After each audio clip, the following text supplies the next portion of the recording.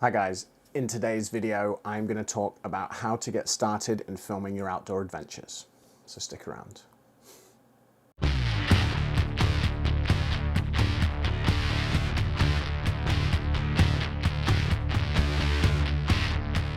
Thanks for sticking around, guys. If this is your first time joining me, welcome to Aeetos Outdoors. My name is David. This channel is all about my journey into the outdoors. If that sounds like something you'd be interested in, then please consider clicking the subscribe button down here. Click the bell icon to turn notifications on. That way you'll get updated every time I post a new video. It's been a little bit dicey, but it's going to be, we're aiming for once a week on a Wednesday.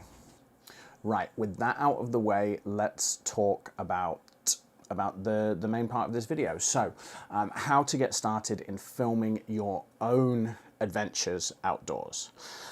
There are a couple of prerequisites for this. Well, really just one prerequisite. You need to have some kind of camera. So I'm going to go forward from this point, assuming that you do have a camera.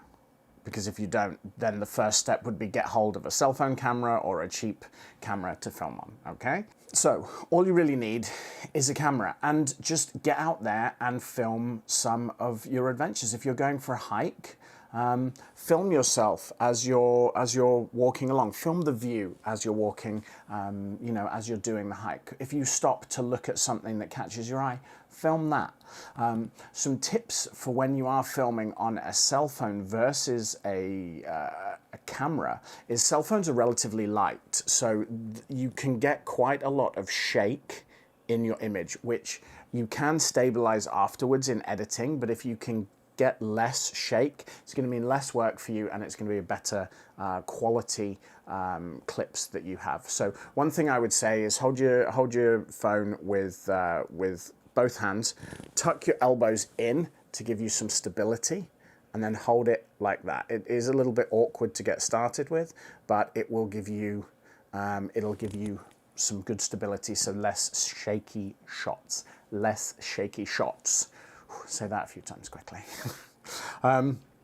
So yeah, film like this. Now, when you look at people who film like clips on their vacation or whatever, most of the time the filming is done at eye level, because that's where we are. So one thing that you can do is change the perspective of where the image is coming from. So rather than film at eye level like most people do, try and vary it. You know, film it, you can't see, but I'm holding this down by my waist, or hold it down by the floor. It all depends on what you're trying to capture, what you're trying to get that image or that clip to say. So play around a little bit with where your perspective of, or where the perspective of the camera is. So that can be a good idea. If you have someone with you, so if you're not trying to film things yourself, one thing that you can do if you have a second person is set them at a point and have them film, say, down the trail. And then what you can do is you can do a walk past shot where they start filming and then you just walk past them. And that can be a nice way to show that you're on the trail, and that that you're on the trail, and shows you walking the trail. So it shows some progression. A couple of things on this. Generally speaking, in the Western world, as we read from left to right, so that's my left to right, as we read from left to right, if you are walking forwards, if you're on the trail and you've set the shot, and and the person that you're filming, or the person that's filming you, if you are walking from the left to the right, that indicates moving forwards, because it's the way we read. So we are reading that way, and it shows that you are moving forwards. If you are moving from the right to the left, it indicates going backwards. So if your hike is a hike to a point, turn around and come back, generally speaking, you may want to film everything, all of your shots, set them up so that you're always walking left to right to start with, and then when you're coming back, you're going right to left. And that will keep some continuity. Now, If you were on a hike and maybe you get a bit lost or you just get a bit overexcited and you're kind of running around everywhere, if you have some shots of you going left to right, some shots going right to left, and a whole mix, it can kind of give the impression that you're a little bit lost. So if that is what happened on the hike, that can be a good way to convey that to the person watching your video, that it was a little bit kind of hectic, it was a little bit, a bit of a mix of where you were going. On the flip side of that, if it's a relatively straightforward hike and you keep walking one way and then walking the other and walking it can be quite disconcerting for the viewer. So bear that in mind. So another thing that you can do to add variety is have objects in the foreground. So you could have some leaves or some branches in the foreground, and then you can walk past, or the person you're hiking with or whatever can walk past in the background, and that just varies kind of varies what you're seeing. It keeps the viewer interested. If you are walking over something particularly interesting, or some really muddy ground, or maybe you're hopping from stone to stone over a little creek or something, it can be quite interesting to film down at your feet, so that the viewer can see you going over this tricky terrain. Another thing you can do is just show clips of you walking, and that's actually going to help people see the progression of the hike. So as you're walking along, it lets people know that you are kind of moving, that there's some movement, you're not necessarily going to be in the same place where the last clip was, so it shows progression. Now, I've talked about a couple of these tips that have you reliant on someone else. So what can you do if you don't have someone else? Well, you are going to need some additional kit for this, and I am going to suggest a Joby GorillaPod, and that is this little guy here. So this is a flexible tripod. You can bend the arms all which ways so they can grab onto trees or branches, or they can give you a head massage. That wasn't actually that great, so we might cut that out, who knows. But these flexible tripods are great because you can balance them on nearly anything. If one point is high, you can have this up high and low. You know, you can really put them down wherever you can, and then simply your phone goes into the top, into the holder. So this can be great if you are by yourself, because you can set up the shot, you can walk along the trail, and if you find a cool little spot, something that you want to show off of you walking through it, you can set your phone up on the tripod and then you can just walk on through. So if you are serious about filming your own hikes, and I mean, even if you're not really that serious, but you know, a small investment, I think this was $30 off Amazon maybe, and it's really, really handy.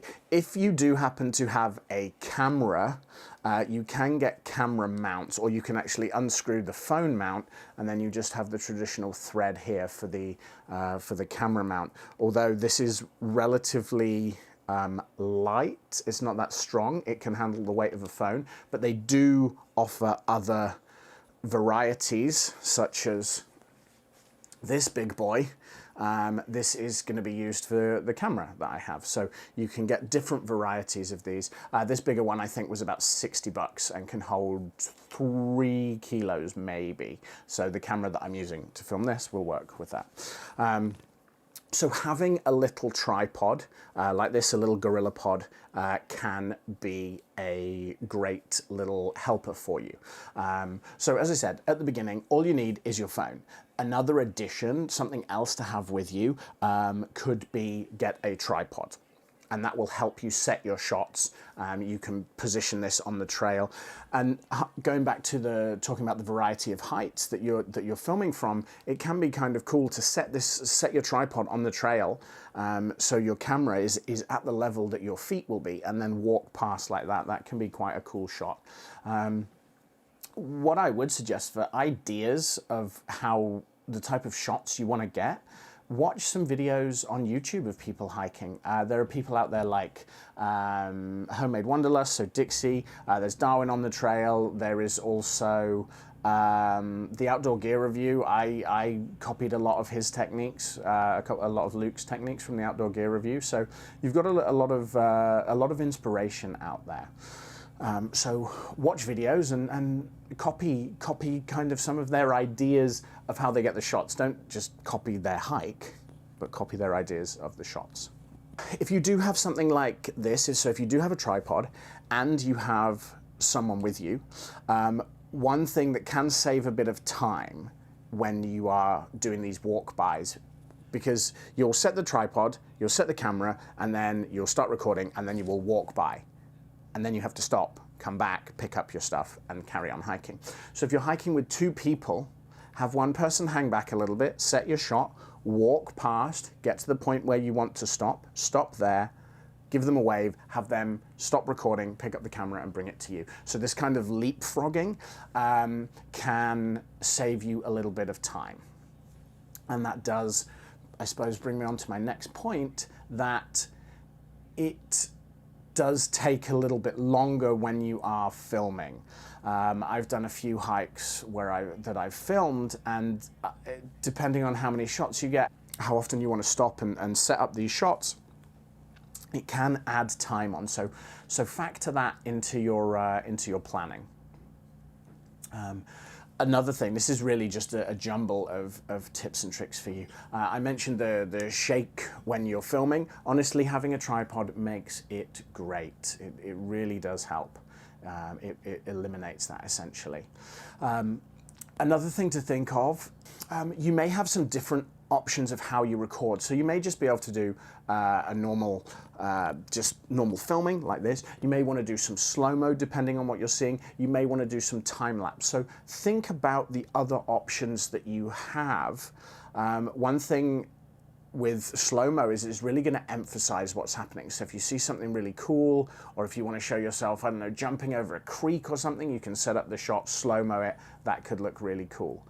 On the other hand, if you want to show, maybe you're walking through an area that's very samey, so you could hold your camera very close to you and then do a time lapse of that. And that can show very quick progression. It will show you moving very quickly. Or if you're driving to the hike to indicate that you had to drive quite a lot, you can also do a time lapse. I've actually set this up on the dash of my car, driven to a hike, and filmed that. So that was pretty cool. That indicates, you know, it kind of shows that you have to drive to get to where you're where you're going. So it kind of shows, I guess, the effort that you're putting into this hike or this adventure, whatever it may be. I'm saying hike, but it's very generic. It could be anything. Okay.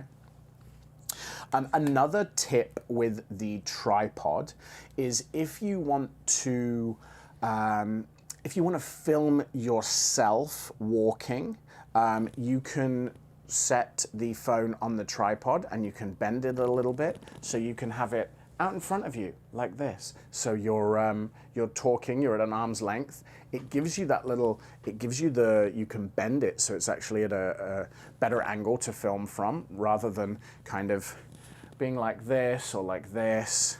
I realize you can't see that. So rather than kind of being like this or like this, you know, however, using a tripod and extended can be a good, cheap alternative for a selfie stick kind of thing. So this is great. Use the tripod for that. And on that, don't mix how you're filming between portrait and landscape. Generally speaking, you want to film everything in landscape. It looks, I think it looks better. You have more screen real estate, whereas if you're filming in portrait, it's going to shrink down to just be the center part of the screen kind of thing. Now, if you want to sort of hike and talk, the selfie method like this with the tripod can be a great way to do it. And nowadays the microphones on cell phones are pretty good. They're pretty decent. So if you do get serious into this, or more serious, and think that it's something that you want to do and you want to kind of level up your filming a little bit, then what you could do is you could look at getting a a shotgun microphone or a microphone of some kind to just improve the audio quality. I am wearing a lav mic. I don't know if you can see it down here, but I'm wearing a lav mic which is attached to the camera I'm filming on, so that should give me nice crisp audio, I hope. You can absolutely do this. I have an adapter for my phone, so if you do buy a lav mic, I think this was 25 bucks off Amazon again, so I'm keeping things budget here, but a lav mic can be great. You would just plug it into the headphone socket of your phone, or the microphone socket rather, and then just have that. Just be careful of the wire while you're walking and talking. So another option would be to get a shotgun microphone. Now the price is climbing a little bit, certainly for the one I'm about to show you. However, the Rode Video Micro, so it's the smallest shotgun microphone Rode do. Rode are a very good audio company. I think it's about $100, and it is pretty decent for what it is. Now, the one I have is the Rode Video Mic Pro, which I bought secondhand. Super secret tip, that can be a good way to get gear, is buy gear secondhand, because you're going to save money. Or we'd call it secondhand in England, in Canada we'd call it buy used gear. So buy used gear. Now, if you have your camera, if you're using your phone to film this, you're not going to have anywhere to mount this. So another little accessory that you can get. So these are all little bits that I'm talking about that will just take your video skills a little further, a little better. Is this? This is the Ulanzi phone holder rig thing. I'm not sure exactly of the name, but I'll link this and the other bits and pieces I've mentioned down below. And this is great to mount a microphone on, and I'm just mounting it now and trying to keep you distracted while I'm doing it because it's not behaving, but that's not working too well. There we go. So. Yeah, we'll probably cut this. So you can, son of a bitch. Okay, so you can mount, you get this mount, and you can put the microphone on top, and then what you can do is you can slide in your phone here. So this now becomes your camera rig. Now, right at the start of the video, I mentioned camera shake. This, obviously, there is extra pieces. It's gonna add weight, and it has the two handles on the side, so holding this will be more stable. You won't, in theory, you won't get as much camera shake using this rig. And then you have the microphone on top as well. And with a shotgun mic like this, the audio needs to be coming in from here. So directly at what you're pointing at. I mean, this one has a bit of a surround, but generally speaking with shotgun mics, you want to be in front. So you want to point this at whatever is the noise that you want to record.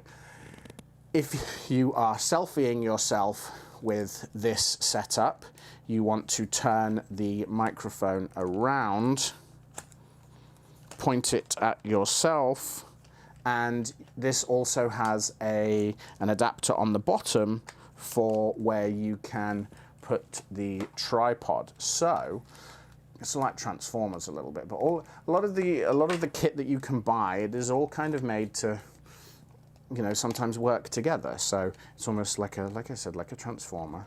But now we have the tripod on the bottom of this. So you have this whole rig now, and I can have that out in front of me while if I wanted to selfie, and that way, you know, it's as I said, it's everything kind of compact. The rig gives mounts for microphones and things. You could also get these, I keep seeing them on YouTube, I don't have one, but these like Lume cubes, little lighting boxes to add some light to you, to keep a sort of consistent lighting level. You can mount these on other parts and things. So this is a pretty snazzy piece of kit. Again, very cheap. I think it was 25, 30 bucks on Amazon. So you've got some accessories there that you can use to level up. So first thing, if you do want to take this a little step further, first thing I would say is get a tripod. That's a really, really great starting point. So tripod first, then get a microphone. If you're using a lav mic, you just clip it to yourself, you're all good. If you want to get a shotgun mic, then you may need to get some kind of rig to hold that. So rig, camera in the middle, and then microphone on the top. So those are some of the accessories that you can start to get if you do start enjoying this, to just level up your video making. So a very quick recap. This video has gone on super long. I have no idea if anyone will get to this actual point, so I'm just going to throw in a very quick recap. So generally speaking, moving left to right indicates you're moving forward, moving right to left indicates you're moving backwards. So try to keep it consistent, because if you have a mix of both, it can be a little bit jarring. Vary the height of the camera for variety. So some eye level, some waist level, some foot level. If you have the camera at foot level, walking past it can be cool. If you can film down, film at your feet. That can show the progression of time. Take advantage of things like slow-mo and time-lapse to add variety. If you are filming, if you have someone else on the hike with you, have them position and film you walking past, or you can walk behind them filming them. It's a bit of variety. Again, variety, show all these different clips get these different shots to add variety to keep your viewer interested. Another thing that you can do is when you come across, let's say you come to this clearing and it's beautiful and you just want to film it for people, then do that. Film what interests you and share that with the viewer. That's a great way to do it. Show the interesting things. If you find a cool log or a bug or something like this, then stop and film that, and if it fits in and you want to put it in the edit, then do it. Like I said, set the camera, walk past it, have the other person pick it up and bring it to you, can save a bit of time. And if you are hiking with someone else, then let them know, obviously right at the start, hey, I want to film this, it might take a little bit longer, I'd love your help in this, do you mind being in the video, or do you want to not be in the video? Talk to them, open communication, and figure out between you what's going to work and what's not. I think that is it for now. I know this is turning out to be a super long video. We'll see how long it is when I actually edit it down. But that's it. That's my just word vomit of tips and tricks and things of how to get started with filming your own adventures. So some tips and tricks there. So if you have made it this far, thanks very much for watching. I hope you have enjoyed this video. Let me know down below if there's anything really obvious you think I've missed, or maybe share some of your tips and tricks down below, so I can grow and other people that watch this video and read the comments can grow. And again, if you do enjoy my content, please consider subscribing. Click the subscribe button down here, and then click the notification bell to turn notifications on. That way you will be notified every time I post a new video. Well, that's it for today. Thanks for joining me, and it's good to be back on the camera, and I hope I will see you soon. Take care. Bye-bye.